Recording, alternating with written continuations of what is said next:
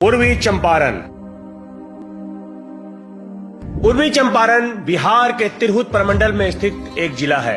1971 में चंपारण को विभाजित कर बनाए गए पूर्वी चंपारण का मुख्यालय मोतिहारी है।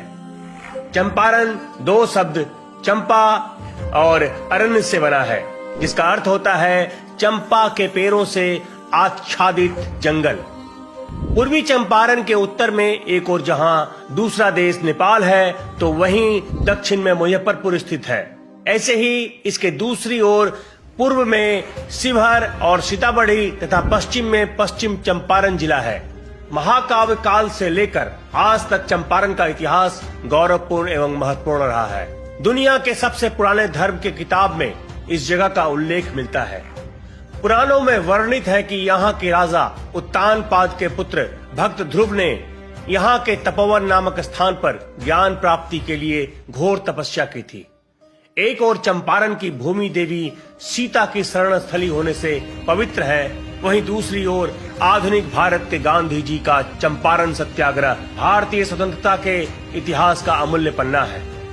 राजा जनक के समय यह मिथिला प्रदेश का अंग हुआ करता था। लोगों का ऐसा विश्वास है कि जानकीगढ़ राजा जनक के मिथिला प्रदेश की राजधानी थी, जो बाद में वज्जी के साम्राज्य का हिस्सा बन गया। भगवान बुद्ध ने भी यहाँ अपना उपदेश दिया था, जिसकी याद में तीसरी सदी में प्रियदर्शी अशोक ने स्तंभ लगवाए और स्तूप का निर्माण कराया। गुप्त वंश तथा पाल वंश के पतन के बाद चंपारण कर्नाट वंश के अधीन हो गया। मुसलमानों के अधीन होने तक तथा उसके बाद भी यहाँ स्थानीय क्षत्रपों का सीधा शासन रहा। भारत के स्वतंत्रता संग्राम के समय चंपारण के ही एक रैयत एवं स्वतंत्रता सेनानी राजकुमार शुक्ल के बुलावे पर महात्मा गांधी अप्रैल 1917 में मोतिहारी आए और नील के फसल पर लागू 3 कठिया खेती के विरोध में सत्याग्रह का पहला सफल प्रयोग किया। आजादी की लड़ाई में यह एक नए चरण की शुरुआत थी। बाद में भी बापू यहाँ कई बार आए।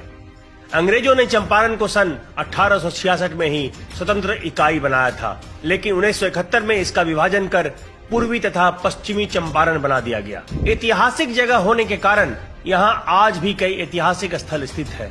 तो चलिए आपको एक एक करके इनकी जानकारी देते हैं। केसरिया का बौद्ध स्तूप मोतिहारी से तकरीबन 35 किलोमीटर दूर साहेबगंज चकिया मार्ग पर लाल छपरा चौक के पास अवस्थित है प्राचीन ऐतिहासिक स्थल केसरिया। यहाँ एक वृहद बौद्ध कालीन स्तूप है, जिसे केसरिया स्तूप के नाम से जाना जाता है। वर्ष 1998 में भारतीय पुरातत्व विभाग द्वारा उत्खनन के उपरांत इस जगह का पर्यटन और ऐतिहासिक रूप से महत्व बढ़ गया है। पुरातत्ववेत्ताओं के अनुसार यह बौद्ध स्तूप दुनिया की सबसे ऊंचा स्तूप है। यह स्थान राजधानी पटना से तकरीबन 120 किलोमीटर और वैशाली से तकरीबन 30 मील की दूरी पर अवस्थित है।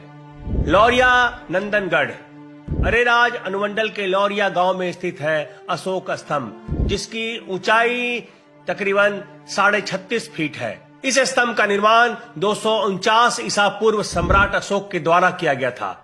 इस पर प्रियदर्शी अशोक लिखा हुआ है। इस स्तंभ को स्तंभ धर्मलेख के नाम से भी जाना जाता है।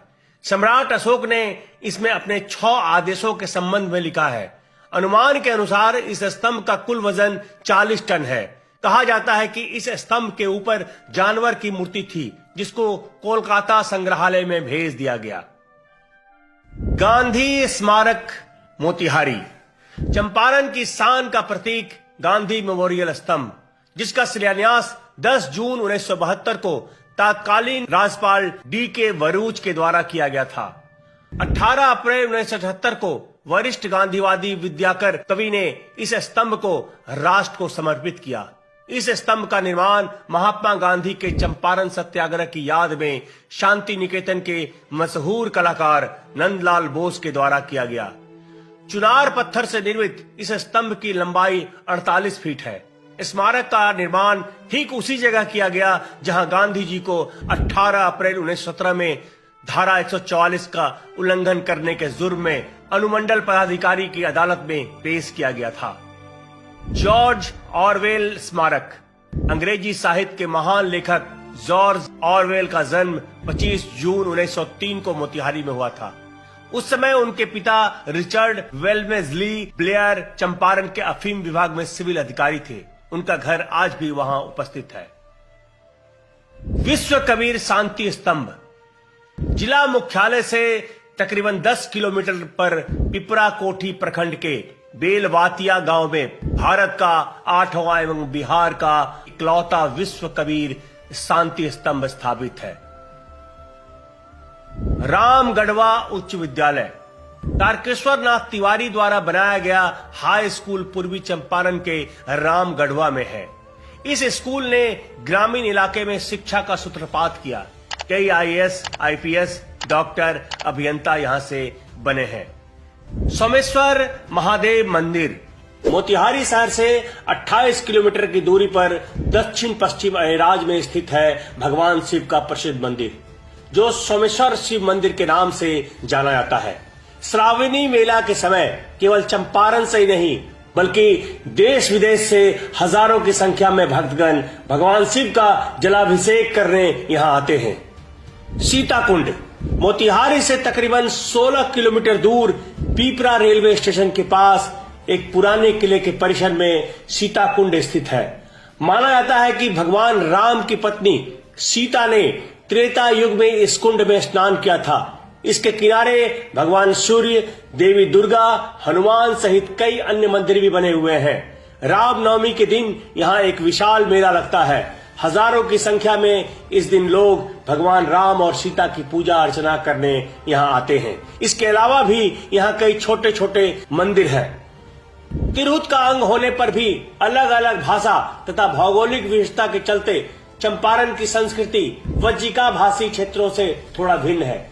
जिले के सभी हिस्सों में भोजपुरी बोली जाती है, लेकिन हिंदी और उर्दू शिक्षा का माध्यम है। शहरों में अंग्रेजी माध्यम से पढ़ाने वाले स्कूल भी हैं। यद्यपि भोजपुरी संस्कृति यहाँ रची बसी है, किंतु लोगों में अपनी भाषा के लिए गौरव का अभाव है। उत्तर प्रदेश, झारखंड तथा बिहार के कई जिलों के करोड़ों लोगों सहित अंतर्राष्ट्रीय स्तर पर बोली जाने वाली भोजपुरी को लोग शिक्षा का माध्यम बनाने में हिचकते हैं, लेकिन शादी विवाह या अन्य मांगलिक अवसरों पर भोजपुरी संगीत कार्यक्रम का अभिन्न हिस्सा होता है। कभी नील की खेती के लिए जाने जाने वाला जिला अब अच्छी किस्म के चावल और गुड़ के लिए प्रसिद्ध है। अपरिचितों का स्वागत भी गुड़ और पानी से किया जाता है। पूरे बिहार की तरह छठ पूजा भी यहाँ के लोगों का एक महत्वपूर्ण पर्व है। इसके अतिरिक्त होली, दिवाली, दुर्गा पूजा, महाशिवरात्रि, रक्षाबंधन, गुरु पूर्णिमा, सतुवानी, चकचंदा आदि हिंदुओं का प्रमुख त्योहार है। वहीं मुसलमानों का ईद, बकरीद और मुहर्रम बड़े धूमधाम से मनाते हैं। गंडक, बागमती तथा इसकी अन्य सहायक नदियों के मैदानों में होने से पूर्वी चंपारण की उपजाऊ मिट्टी खेती के लिए उपयुक्त है। हिमालय के गिरिपाद क्षेत्र से रिसकर भूमिगत हुए जल के कारण तराई क्षेत्र को यथेष्ट आर्द्रता उपलब्ध है, इसलिए यहाँ दलदली मिट्टी का विस्तार है। लोगों के जीवन का मुख्य आधार कृषि और गृह उद्योग है। उत्तम कोटि के बासमती चावल तथा गन्ने के उत्पादन में जिले को ख्याति प्राप्त है। कुल मिलाकर देखा जाए तो यह जिला बिहार के अन्य जिलों की तरह अपने समृद्ध इतिहासों से भरपूर है, लेकिन देखरेख के अभाव में अपनी समृद्धि खो रहा है। आज के लिए बस इतना ही। फिर मिलेंगे अगले एपिसोड में किसी अन्य जिला को आपके समक्ष प्रस्तुत करते हुए। मैं बिहार हूँ।